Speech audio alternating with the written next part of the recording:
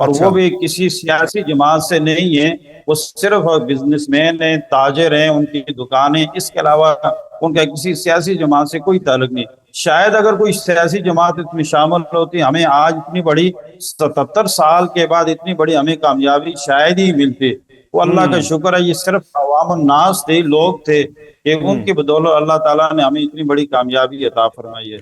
لیکن بالعموم کشمیری صاحب دیکھنے میں یہ آیا کہ جو سیاستدان ہوتے ہیں وہ تو اس طرح کی تحریکیں چلاتے رہتے ہیں اور پھر اپنے مقاصد استعمال کر کے پیچھے ہٹ جاتے ہیں لوگوں کو یوز کر کے۔ آپ جو کہہ رہے ہیں کہ یہ اس میں تاجر ہیں اور تاجر برادری یہ کر رہی ہے، تو بالعموم تاجر اپنے کاروبار کو سیف رکھتا ہے کہ مجھ پہ پرچے ہوں گے، میں گرفتاریاں ہوں گی، جی جی ڈرتا ہے، تو یہ تاجروں میں اتنی ایک دم ہمت کیسے آ گئی؟ دیکھیں، اس کی بنیادی وجہ یہ تھی کہ ویسے بھی تو تاجر لوگ پہلے سے پریشان تھے۔ آپ یہ دیکھیں نا کہ بجلی کا جو بل تھا وہ 56 روپے فی یونٹ تھا آزاد کشمیر میں، جہاں سے پیدا ہو رہی ہے بجلی۔ اب غور اچھا کیجئے، وہ اچھا اس سے زیادہ اذیت میں تھے، تکلیف میں تھے، پریشانی میں تھے، بند کرنے سے زیادہ اس اذیت میں مبتلا تھے۔ 56 ٹھیک روپے فی یونٹ تھا بجلی کا بل، آپ اندازہ لگا لیجیے، جہاں سے صحیح بجلی پیدا کی جا رہی ہے۔ اور ٹھیک ہے حکومت پاکستان آزاد کشمیر سے جو بجلی خرید رہی ہے فی یونٹ، وہ 4 روپے میں خرید رہی ہے، اور اچھا واپس آزاد کشمیر کو جو بیچ رہی ہے وہ 56 روپے میں بیچ رہی ہے، او جہاں سے ہو بجلی پیدا کی جا رہی ہے۔ اب اندازہ لگا لیجیے آپ۔ اچھا اچھا جی جی، اتنی بڑی اذیت ہے وہاں پر، تو اتنے کارخانے نہیں ہیں، آپ حضرات جانتے ہیں، وہ جی ہاں اتنے بڑے کاروبار کے لوگوں کی دکانیں ہیں، چھوٹے چھوٹے بزنس میں کاروبار کرتے ہیں، تو ٹھیک لوگ ہے پریشان تھے کہ ایک ہی مرتبہ کی جو مصیبت ہوگی، پریشانی ہوگی، کم از کم یہ ہمیشہ کی پریشانی تو ختم ہو جائے گی۔ شروع میں آپ نے بہت اچھا ارشاد فرمایا کہ ظلم جو ہے وہ اتنی دیر تک رہتا نہیں ہے، وہ اللہ تعالیٰ جو ہے وہ ظلم کو جو ہے وہ ختم کر دیتا ہے۔ لیکن علامہ صاحب آپ یہ بتائیے کشمیری صاحب کہ جو ابھی آپ نے بجلی کی بات کی ہے، تو کیا کچھ یونٹ میں جو خبریں ٹی وی پہ چلی ہیں ان میں کوئی صداقت ہے؟ آپ کو کوئی یونٹ میں کوئی کنسیشن ملا ہے کوئی وہاں کی عوام کو؟ جی اللہ کے شکر ہے، اور یہ اس پر انشاءاللہ آج ہی سے، یعنی آج جو ہے 14 تاریخ ہے، یہ جی 13 کی شام سے اس پر عمل درآمد جو ہے وہ حکومت نے جو ہے وہ یاددہانی کروائی ہے، اس پر عمل شروع ہو جائے گا۔ تو اب جو گورنمنٹ سے معاہدہ ہوا ہے، ایگریمنٹ ہوا ہے آزاد کشمیر کی جو عوام ہے، کہ 3 روپے فی یونٹ ہوگا بجلی کا بل، اور آٹا جو ہے وہ 50 روپے فی کلو۔ ٹھیک ہے، تو اس میں اب آپ کا احتجاج جی ختم ہو گیا، مطلب یہ مطالبات منظور ہونے کے بعد، یا کوئی اور مطالبات بھی باقی ہیں آپ کے؟ نہیں، ابھی ہمارا ایک مطالبہ باقی ہے، جی جس میں جو اشرفیہ ہیں، جو ہمارے، آپ یہ دیکھیں کہ آزاد کشمیر کی جو قانون ساز اسمبلی ہے، اس کے اندر جی تقریباً 54 ممبران اسمبلی ہیں، ٹھیک اور ہے اس میں آپ اندازہ لگائیں 42 کے قریب تو وہ مشیر اور وزیر بن جاتے ہیں، اور ٹھیک ہے ایک ایک مشیر اور ایک ایک وزیر آتے ہیں، وہ تقریباً 1 کروڑ کے قریب لگ بھگ ہے۔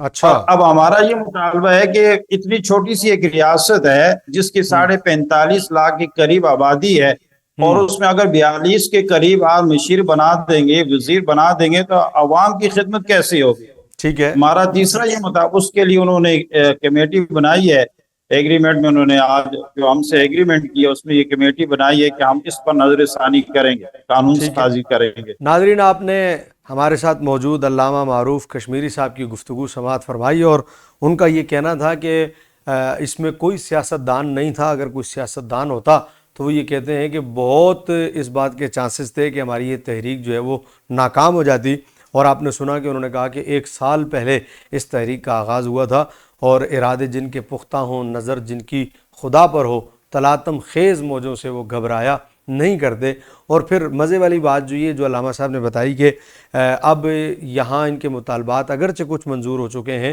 لیکن ابھی تک یہ اپنے مطالبات جو ہے کچھ منظور ہونے کے بعد بھی اس تحریک کو انہوں نے روکا نہیں ہے، بلکہ ان کی تحریک ابھی جاری ہے۔ اور وہ یہ آپ نے سنا کہ کہتے ہیں کہ اب یہ اسمبلی میں جو اتنی بھرمار ہے وہاں پر ان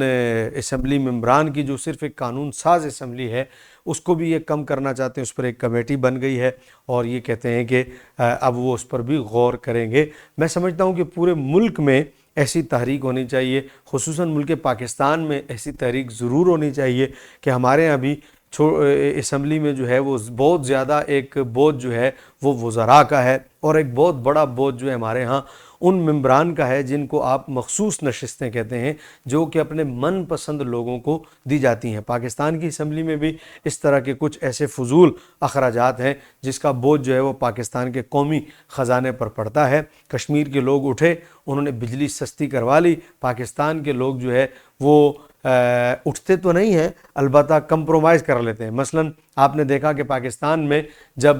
بجلی مہنگی ہونا شروع ہوئی تو ہم نے کیا کیا کہ بجائے اس کا مقابلہ کرنے کے ہم نے میٹر 1 سے 2 کر لیے تاکہ 100 یونٹ سے زیادہ ہی نہ ہو، 2 سے 3 کر لیے۔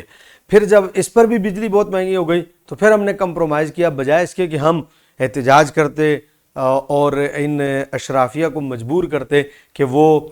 اس ظلم کو بند کریں، یہ جو اتنی مہنگی بجلی ہو گئی ہے ہمیں بجلی سستی دیں، بجائے اس کے ہم نے احتجاج کرنے کے ہم نے اس کا حل یہ نکالا کہ سولر لگوا لیں۔ اب ہم نے سولر لگوانا شروع کر دیے۔ یقیناً بہت سارے ایسے گھر ہیں میرے گھر سمیت جن گھروں میں سولر لگ گیا ہے۔ ہم باہر نہیں نکلتے، ہم میدان میں نہیں آتے، کاش کہ ہم میدان میں آنا شروع کر دیں۔ ہمارے لیڈر ایسے نہیں ہیں جو ہمیں میدان میں لائیں، کاش کہ یہ لیڈر جو ہے ہمیں میدان میں لانا شروع کر دیں، تو پھر آج کشمیر کی عوام نے جو فائدے حاصل کیے ہیں ہمیں بھی وہ فائدے مل سکتے ہیں۔ کہتے ہیں کہ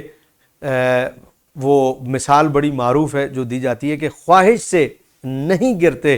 پھل جھولی میں، وقت کی درخت کی شاخ کو پکڑ کے ہلانا ہوگا، کچھ نہیں ہوگا اندھیروں کو برا کہنے سے، اپنے حصے کی شمع کو خود جلانا ہوگا۔ ملتے ہیں اگلے پروگرام میں، آداب عرض ہے۔